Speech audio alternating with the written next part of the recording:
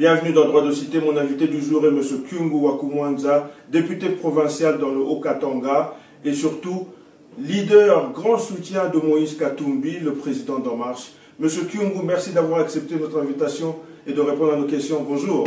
Bonjour, monsieur. Alors, Excellence, vous êtes ce qu'on peut appeler un notable, quelqu'un qui a connu l'époque Mobutu, qui a connu l'arrivée de l'AFDEL avec Mouzé Laurent Désiré Kabila, et aujourd'hui, la République démocratique du Congo est sous Joseph Kabila, fils. Comment interprétez-vous ces trois étapes de la République démocratique du Congo avec ces trois présidents? Eh bien, bon, en résumé, avec Mobutu, l'homme du 24 novembre, avec lui, nous avons connu la dictature que nous avons combattue. Je voudrais vous dire en passant que je suis l'un de 13 parlementaires avec les amis comme le regretté, de mémoire, Tshisekedi Mulumba et tant d'autres. Nous avons combattu cette dictature et nous avons réussi. Alors, Mobutu s'est transformé en démocrate jusqu'à sa mort parce qu'il y a eu l'avènement de plusieurs partis politiques, alors qu'avant c'était seulement les partis États, les pères. Eh bien, après il y a eu l'avènement de Mouzé Laurent Désiré Kabila et avec l'AFDEL. Nous avons vécu quelques temps de tâtonnement, mais après Mouzé a accepté de jouer les jeux. Il a préparé le multipartisme, le retour au multipartisme. Malheureusement, en résumé, les choses ne se sont pas faites comme il le voulait. Il a connu cette tragédie, il est parti, Dieu son âme. Bon, maintenant, le remplacement avec M. Kabila. M. Kabila qui, les premiers mandats, a accepté d'ouvrir le pays à la démocratie avec plusieurs partis politiques. Et jusqu'au moment où nous avons senti que M. Kabila, avec son entourage, ne voulait plus lâcher prise.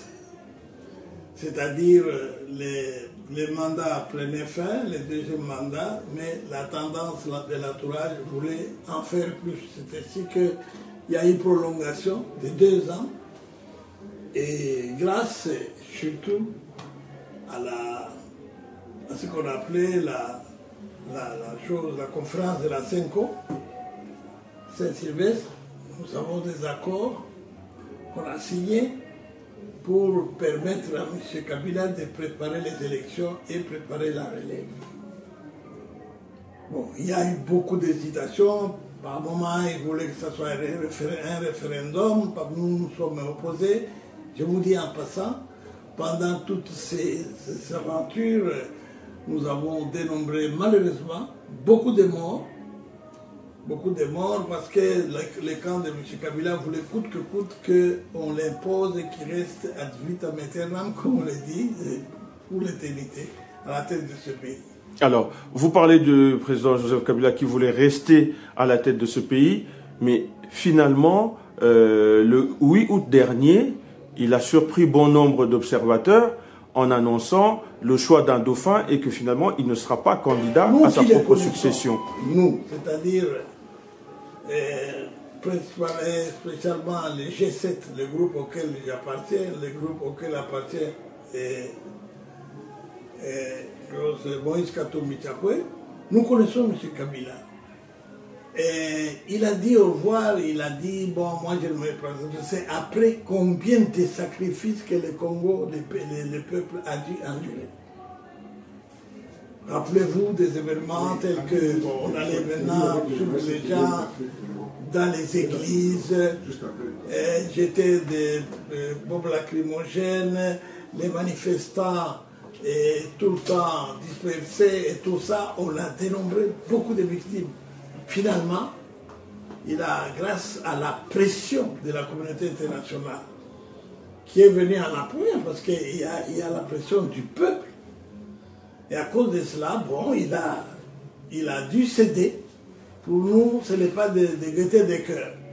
Il a dû céder et il dit qu'il ne va plus être candidat. C'est mi-figue, mi-raisin. Vous n'y croyez pas? Non, on n'y croit pas.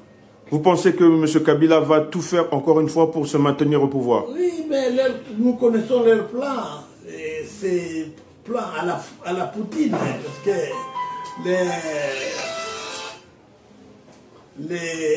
comment dirais-je, son entourage nous l'a dit.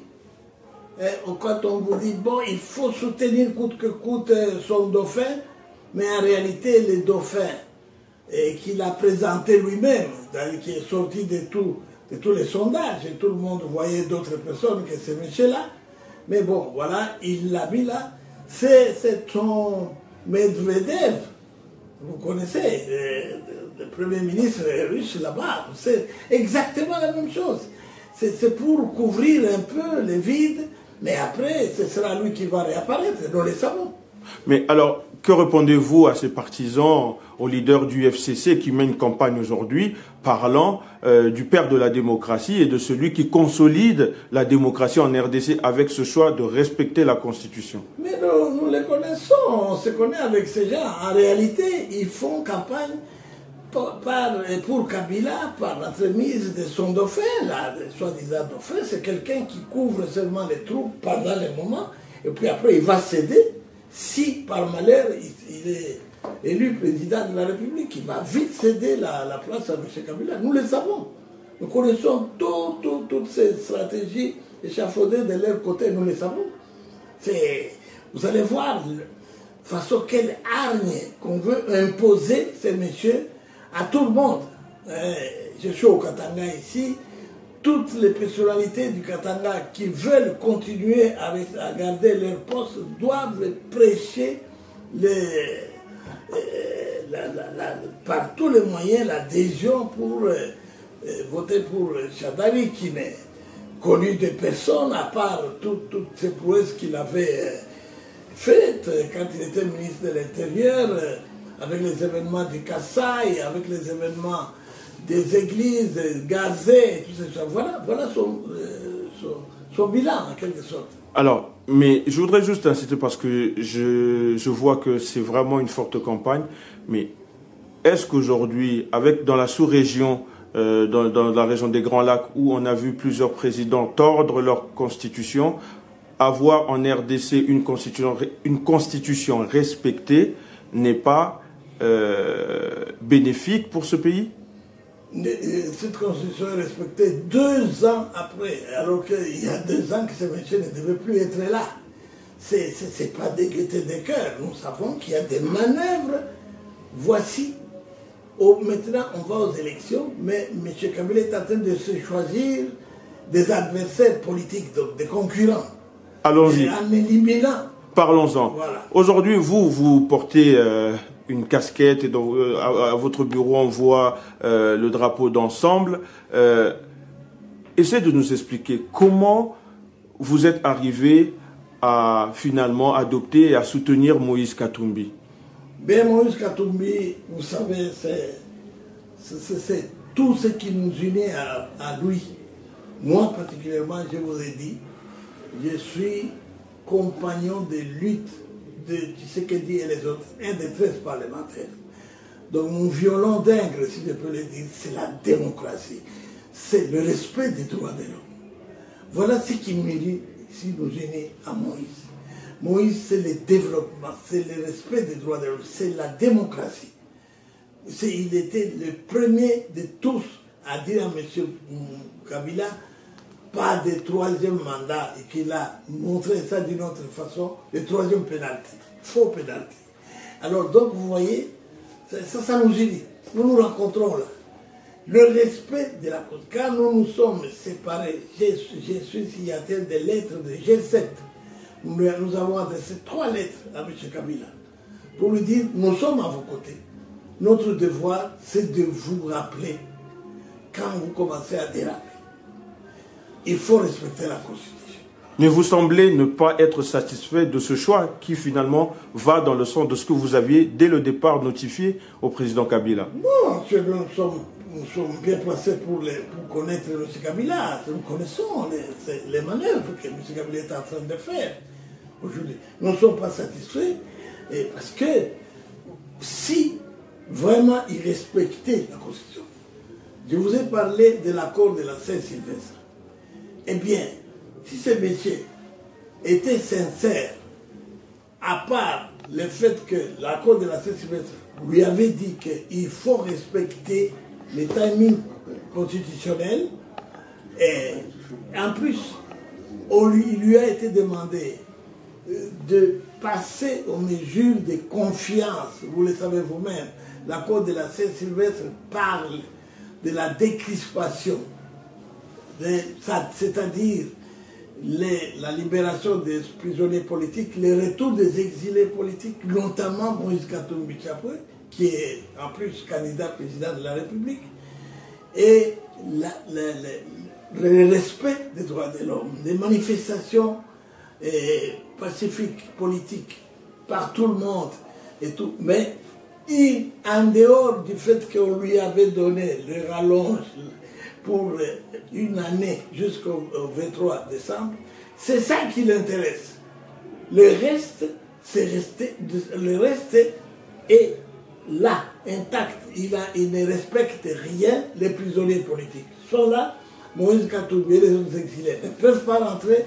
Nous-mêmes ici, vous êtes arrivés aujourd'hui, il y a 2 jours, ma maison que vous venez de découvrir, c'est le champ de bataille de Kabila. Il m'envoie des forces de l'ordre à tout moment, entouré. Ça fait 2 ans et demi que j'ai fait l'objet de cette une espèce de traque et qu'est-ce que vous voulez, c'est ce qu'on ne peut même pas qualifier. Alors, M. King, parlons de M. Moïse Katumbi. Je voudrais savoir, est-ce que, à vos yeux, M. Katumbi use de bons stratagèmes pour revenir au Congo? M. Katumbi, c'est un homme qui est simple. Et il n'a jamais monté les enchères. Il y a eu des affaires montées de toutes pièces, la nationalité, les maisons, les mercenaires, mais tous ces dossiers ont failli coûter la vie à certains juges, notamment la dame qui est pour le moment à l'étranger, en exil, et puis l'autre qui vient à peine de sortir de l'hôpital, un juge qui a été criblé de balles. Donc tout ça, Moïse demande humblement qu'il rentre, qu'il se présente devant son juge et qu'on en termine. Mais alors quand on lui retorque qu'il ne s'est pas présenté à la frontière de Kasumbalesa. Mais ce sont des gens qui ne disent jamais la vérité. Mais moi, à qui vous vous adressez, je suis le représentant de Moïse Katumbi Chapwe et de l'ensemble, ici au Katanga. J'ai une lettre du maire de la ville à qui j'avais adressé ma lettre d'information pour dire M. Katumbi rentre au pays, il va passer par Luano, c'est-à-dire l'aéroport international de Lubumbashi, et nous nous apprêtons pour aller l'accueillir. J'ai eu la réponse. Le maire de la ville de Lubumbashi n'a qu'à démentir parce que j'ai sa lettre. Dit Katumbi n'est pas autorisé de mettre ses pieds au Katanga et même pas l'aéroport. Et l'aéroport a été pris d'assaut et obstrué pour que l'avion de Katumbi n'atterrisse. Ce jour-là, j'ai été pris par la police de force, forte escorte jusque chez moi où je suis. Et j'étais accompagné d'un de mes enfants on a brisé ce pare-brise et on m'a gazé dans ma Jeep. Ma femme, jusqu'aujourd'hui, elle est souffrante, elle chiffonne. Et voilà. Parce que nous avons voulu aller à l'aéroport attendre Moïse Katumbi. Alors, ce candidat que vous attendez... Il ne voulait pas venir. Ce candidat que vous attendez, M. Moïse Katumbi, risque malheureusement, pour l'heure, de ne pas être candidat à l'élection présidentielle. Eh bien, je vais vous dire, monsieur, si Katumbi n'est pas ici, il n'y aura pas d'élection. Voilà, vous précédez ma question. Alors, voilà. si M. Katumbi n'est pas candidat, pour vous, il n'y aura pas d'élection. Il n'y aura pas d'élection. Comment allez-vous procéder? Eh bien, nous ne pouvons pas vous dire. Hein. Ceux qui l'ont empêché, ils vont s'expliquer devant le monde. Alors, faisons un peu de politique fiction. Bien que vous dites qu'il n'y aura pas élection, s'il arrivait tout de même qu'il y ait des élections, allez-vous donner des consignes de vote? Mais je vous dis que pour lui, il n'y aura pas d'élection, c'est tout dire. Je n'ai même pas besoin de dire consigne. Il n'y aura pas d'élection, c'est tout. Et salut les dégâts, je ne dis rien. Bon, parlons un peu de politique locale. Le Katanga a été finalement divisé en 4. Je sais que vous étiez un opposant à cette idée-là. Est-ce que, jusqu'aujourd'hui, vous vous opposez à cette idée? Mais il y a de quoi. Vous n'avez pas le temps de parcourir les morceaux qu'on a découpés. Je voudrais vous dire, par exemple, qu'au Olomami, Kamina, allez voir, les gens, il n'y a plus de route. Il n'y a plus de route. Hier, on a dénombré combien? Une vingtaine de morts sur la route Lubumbashi-Lubudi. Et aller là-bas, au Tanganyika, il ne faut même pas en parler. Il n'y a plus que des pirogues. Donc, vous comprenez que nous n'avions pas tort. Nous n'avions pas tort. Mais nous avons compris que c'était la seule façon de permettre aux gens qui sont au pouvoir de piller les Katanga. De piller les Katanga à partir de Kolwezi et Lubumbashi. C'est tout. Il fallait isoler ces deux parties du Katanga pour se ruer sur l'or, c'est-à-dire les cobaltes et le cuivre, mais impunément, d'une façon éhontée, je vous assure. Alors, comment vous expliquez ces vidéos qu'on voit aujourd'hui, par exemple, de Kolwezi, avec la majorité des terres qui sont, des routes qui sont en terre, pardon, alors que pendant 10 ans, il y a eu 80% de la demande du cobalt et du cuivre qui a été fournie par la ville de Kolwezi. Comment expliquez-vous cela? Puisque ces 10 années-là, il y avait aussi votre poulain. Jamais du tout. Mais M. Katumbi, on l'a arraché de là, parce que grâce à sa présence, les gens ont commencé à sentir que nous sommes dans une province qui produit. Et les routes que vous voyez asphaltées, la ville, le Lubumbashi, vous voyez partout, par-ci, par-là, il y a ça, c'est le souvenir de Moïse Katumbi. Et partout, il y a les hôpitaux dans plusieurs coins où il n'y en avait pas. Des écoles, la même chose. Et vos contradicteurs vous diront que ça rentre dans ce que la République a appelé la révolution de la modernité. Rien du tout. Parce que si tel était le cas, alors on allait trouver cette modernité à travers toute la République. Regardez la capitale, Kinshasa, où se trouve la modernité. Où se trouve la modernité, Kinshasa. C'est déjà la capitale, vous comprenez. Et en plus, revenons aux choses, à la gestion de Katumbi. Mais il a été cité en modèle par les mêmes individus qui sont là, qui sont au pouvoir. Et c'était les meilleurs gouverneurs qu'on ait pu avoir dans notre pays.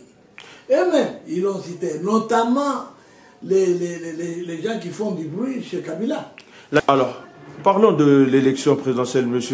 Kungo, avant de terminer. Aujourd'hui, on parle d'une possible candidature unique de l'opposition, mais votre candidat, M. Moïse Katumbi, n'a pour l'instant pas déposé sa candidature. Pourtant, il y a Jean-Pierre Bemba, Vital Kamerhe et les autres qui sont déjà candidats, Félix Tshisekedi également. pourquoi ne pas dès maintenant trouver un candidat unique parmi ceux qui ont pu déposer une candidature? Mais ne vous en faites pas, ne soyez pas pressés, ne soyez pas pressés.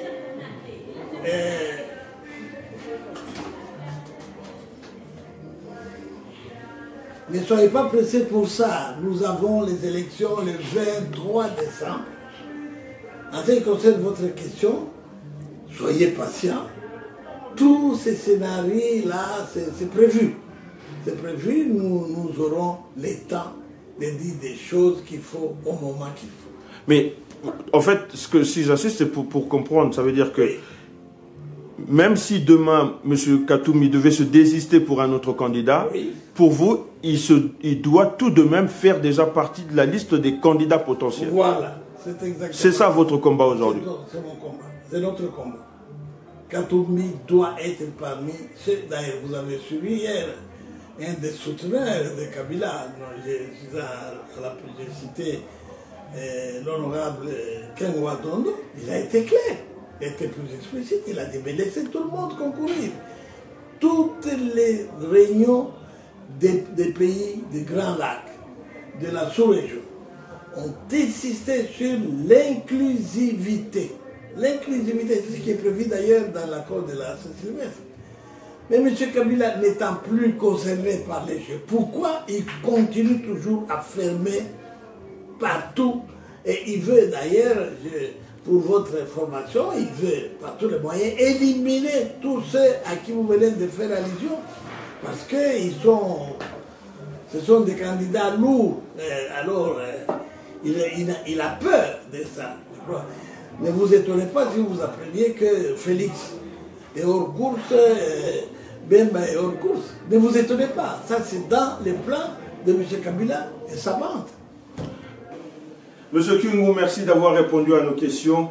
Merci de nous avoir suivis. À bientôt. Au revoir. À bientôt. Au revoir. À bientôt. Au revoir.